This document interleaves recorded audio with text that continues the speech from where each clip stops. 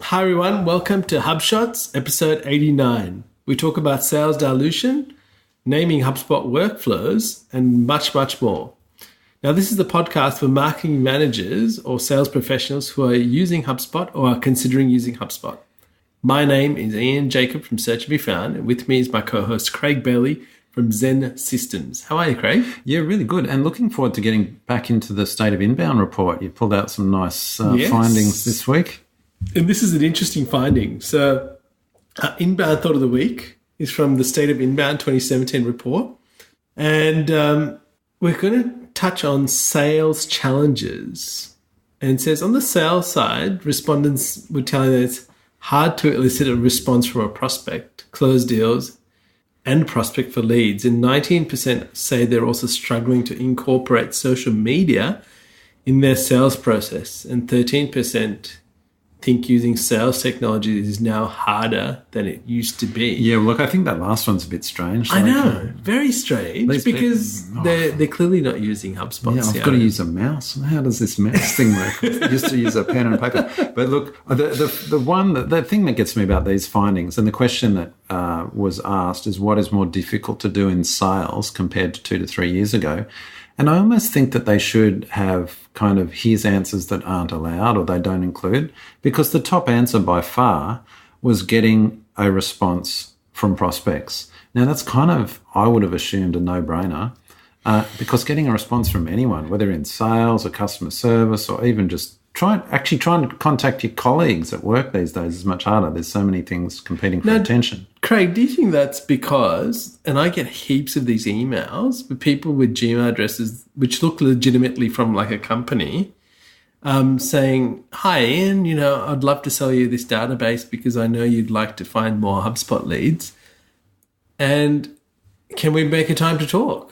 And I just go, that was craig@gmail.com. No, thank you. Delete. Well, no, it'll be craig127@gmail. Yeah, there'll be a number like it's a giveaway. And, well, that's it. We're getting bombarded with so many more items trying to get our attention. It's no wonder that we're less responsive. And so for a salesperson to say, it's harder to contact prospects. Well, of course. Yeah. But some of the other findings I think are good. Well, of course, closing deals, well, it's getting harder, I guess. But some of these others I thought were interesting. Yeah. So, I mean, on an overall look, identifying and prospecting good leads was number 3. Engaging multiple decision makers in a company was the 4th one down. Avoiding discounting / negotiation was the next one, which I thought was interesting. Yeah, well, we'll talk about that in a second. And then the next one was connecting via phone. So does that mean that people are always emailing people? Is that what they're talking about here? Well, no, I think as a salesperson, if you're trying to get someone on the phone, it's getting harder and harder, Yeah. And I don't think it's just because there's more gatekeepers in the way. It's just because, well, I don't answer my phone if I don't know the number. Exactly. I let everything go to voicemail. I'm in meetings. I'm very protective of my time, and I just assume most people are similarly minded.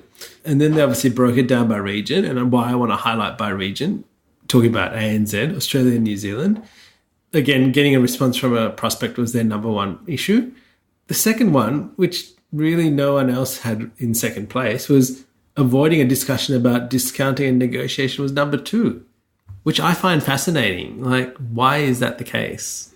Well, I wonder if that's a cultural thing. I wonder if Australians are pretty much trained now to ask for a discount. I think it depends on the industry, right? In enterprise sales, discounting is a key part of it. And I wonder if some of this is driven by the HubSpot people down here, down under. I wonder if they're getting hit up for discounts kind of almost as a default, whereas maybe in the US it's not so much. I don't know. I'm actually just speculating there. But I kind of think some of that temperament comes through. What? The thing that we face here is number 2 is not even in the top 6 in North America.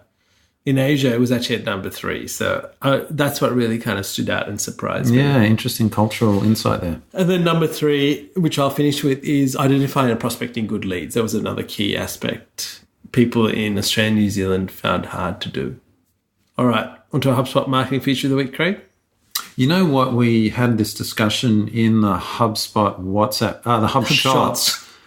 Remember we were chatting because HubSpot has this event called Grow with HubSpot, Yes. and we were going to call it Grow with HubShots. We're going to just confuse everyone, right? Grow with HubShots. We'll prepare Grow with HubShots t-shirts or anything. Anyway, HubSpot workflow naming. So it came up in the HubShots WhatsApp group. Correct. And it was a good discussion about, Thank you, Kelly, for asking that question. Yes, a good question. And so, look, I just thought we'd mention just a few things on the show around this.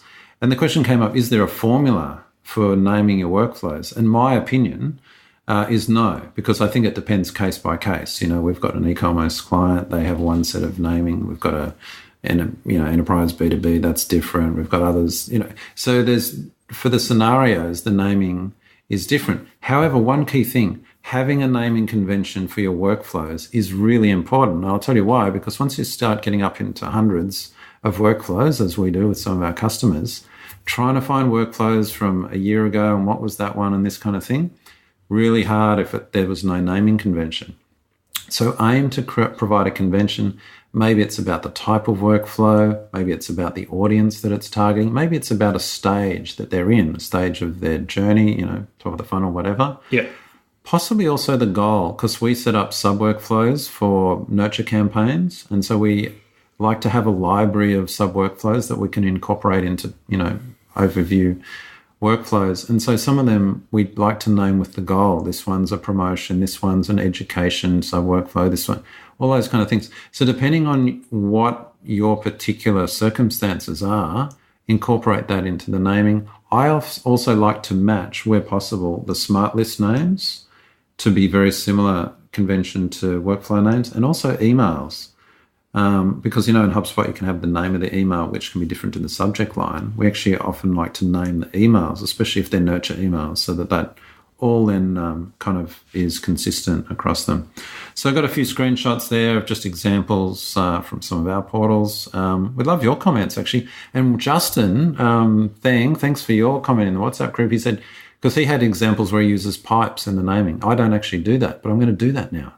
Exactly. And you can go back and rename your workflows. Exactly. And I think one of the things here, Craig, this is just one part of the system. I think another part, especially when people are starting out, is not organizing your images in folders correctly, not naming them correctly, not organizing emails in folders correctly, and then just getting a massive list of things that's everywhere can cause a massive problem. I think that's right. So the tip is get that worked out early. That's right. It makes it much easier. All right. On to our marketing tip of the week, Craig. Okay. Check your Gmail filters. Okay, here's one. I love setting up Gmail filters that, email comes in, checks subject line or whatever, puts it in a folder. Sometimes they skip the inbox. Sometimes they actually mark them as read.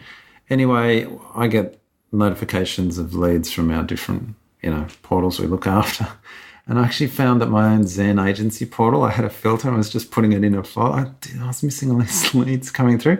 And luckily you changed that this evening because you actually got a really good lead. I know. I was just like, dull. So why is this a marketing tip of the week? It's like learn from my silly mistake, because I know lots of people use filters. So after this episode, here's your takeaway. Go and check your filters in Gmail or Outlook or whatever. That's right. I encourage you to do that periodically. Just have a review of where things are going and just check, because you could be missing out on leads and never seeing them and actioning them.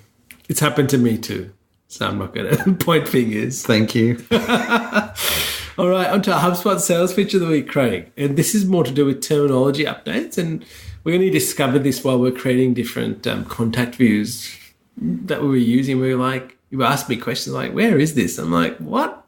Here's the tip for listeners. If you actually think fields go missing, check if they've just made the terminology more consistent, because there will be things like recent conversion date, it might have been called last conversion date, or last visit, and last and recent. But they're getting more consistent now. And the other one that I think this is still inconsistent. They'll have previous month and last month, depending on which report you're in and things like that. So if you suddenly can't find the fields you're after, no, you're not going mad. It just means HubSpot's getting much more consistent. So there you go. All right, on to our opinion of the week, Craig. And we're going to talk about sales dilution. Which is a new term that you've come up with. Yes, I have. This is gold. And I was telling you about a particular group we were talking to, and they wouldn't allow certain marketing features because it resulted in brand dilution. Yes. And I was like, well, we want to drive leads. We know this will work. Oh, no, we can't do that because that dilutes the brand. We're like, well, no one knows this brand, right? And it's kind of frustrating. Yes. Yeah. So, no, get us more leads. Okay, here's how we're going to do it, kind of thing. No, you can't do that. And I was like, so you came up with this term. You're weighing, comparing brand dilution with sales dilution. I thought that was gold. I know if we do that, we'll dilute the sales. That's right. And I think there's while we're talking about this, I think there's this medium where you've actually got to figure out what is possible and what you should be doing versus talking about like brand dilution and actually making no sales and then killing your business. So I think there's this happy medium. You've actually got to work in unison and figure out what you can and can't do, but not always accepting no, that this can't be done, because there's nothing worse than a business owner sitting with a whole bunch of stock or not making sales and going backwards every month because they're just missing their targets because they're diluting their brand. Oh, they saved the brand and just lost the company. And killed everything else.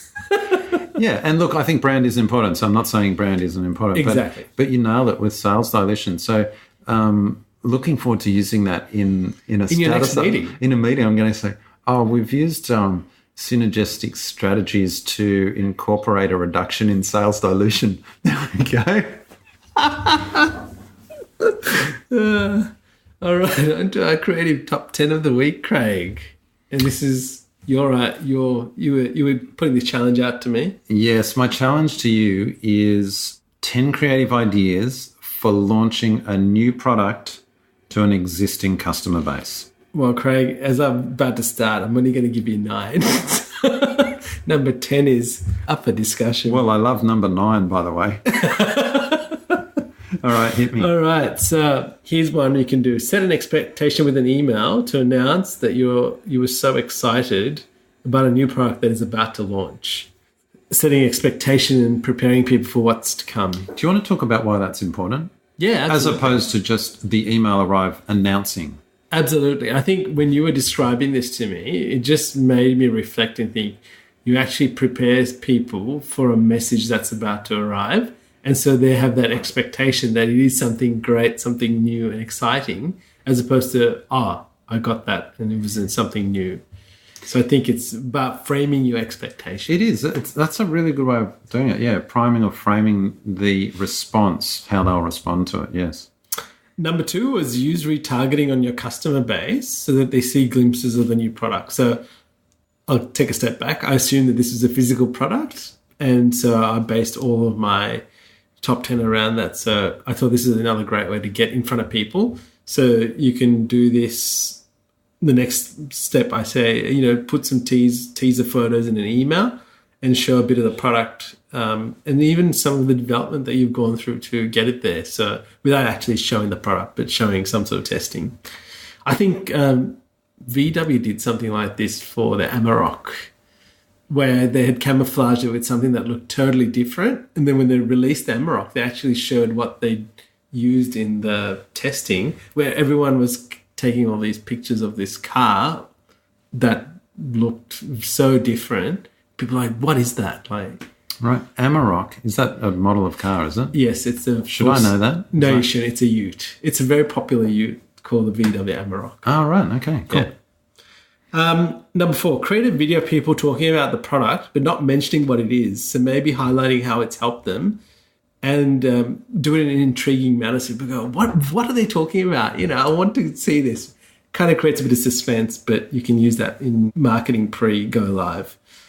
2 months before the launch, have an event where you announce it to people and they can maybe experience it. So I was thinking more about this is a bit like Apple, announcing a product, and then they give everybody that turns up at the event opportunity to have a play with it. And then the next part was actually take pre-orders and put a sale. So you can do this in many different ways. You can, or Apple does, you can take the pre-order, bill them when the product ships, or you can do something like what Tesla does, put a deposit down that's refundable. And if you want the car, we'll deliver it to you. Otherwise, you can take your money back. Yeah, or even making the pre-orders only available to customers, existing customers. Exactly. Kind of exclusivity. Yeah, nice. All right. Give the product to potential vocal and well-known customers who can use it, share how they use it and how it helped them, and actually use them to help you promote at launch time. So I thought that was another good idea.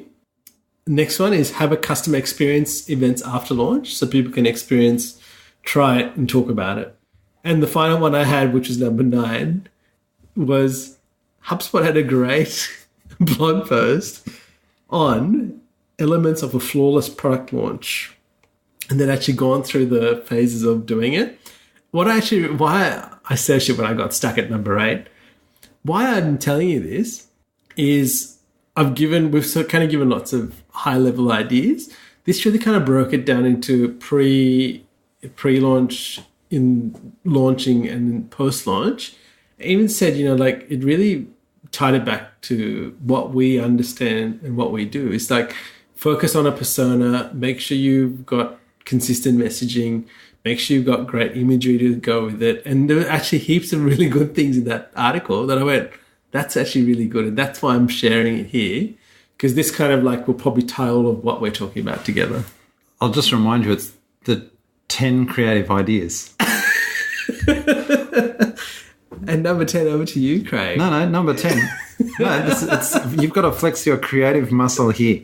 Live on air. Live on air. Putting it on the spot.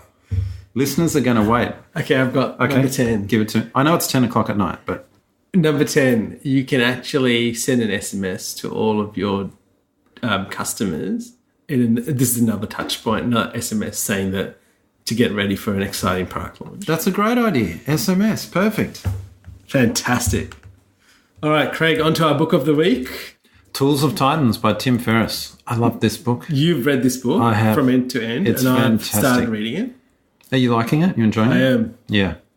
Any kind of current takeaways? A little while since I read it, but yeah. It has been, but it's a very chunky... Look, I'll tell you, it's a very chunky book. And I was reading it. I put it down for the last 2 weeks. So I can't recall anything. I'll tell you how it's structured. It's healthy, wealthy, and wise. It's kind of the way he's structured it. 3 parts. And the third is about health, almost health hacks, body hacks. And then he talks about wealth in terms of investing and, product development and thinking creatively and things like that. And then also wisdom and approaches. And he bases it on his interviews and podcasts with, hundreds, literally hundreds of people. I found it so useful in terms of making me consider different ways. Some that I would never take, like some of the body hacks and the things that people do. Yeah. I'm never going to do it. I do remember the thing about having cold showers.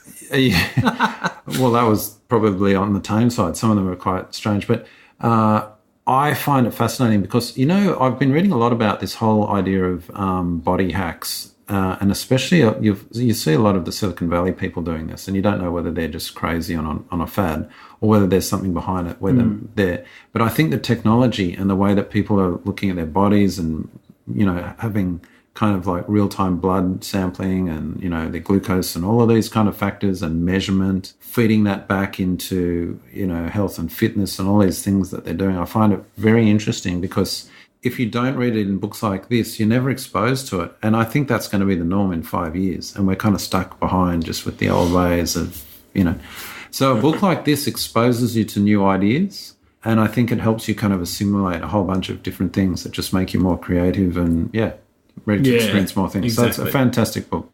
All right. On to our resource of the week, Craig. And this is something that was announced recently. It's...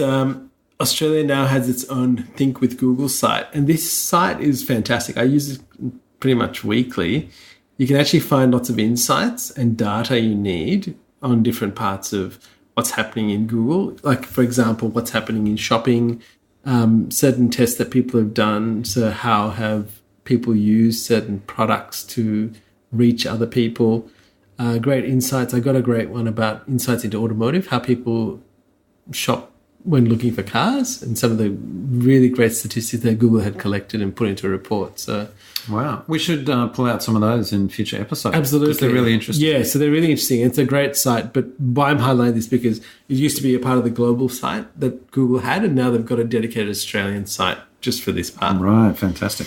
And finally, onto our quote of the week, Craig, from Timothy Ferriss, and this is from the book, "The world is changed by your example, not by your opinion." It's all about the doing, isn't it? Walk the walk, not just talk the talk. Exactly. Well, everybody, thank you for listening to us. We'd love you to join our WhatsApp group and join our Facebook group and be a part of the conversation. If you'd like to do that, we'd love to hear from you. Have we asked listeners to review our show lately? No. We should. Please review this podcast. It'd be so on good. iTunes. Thank you. We would love that. And we've had a few, and we very much appreciate them.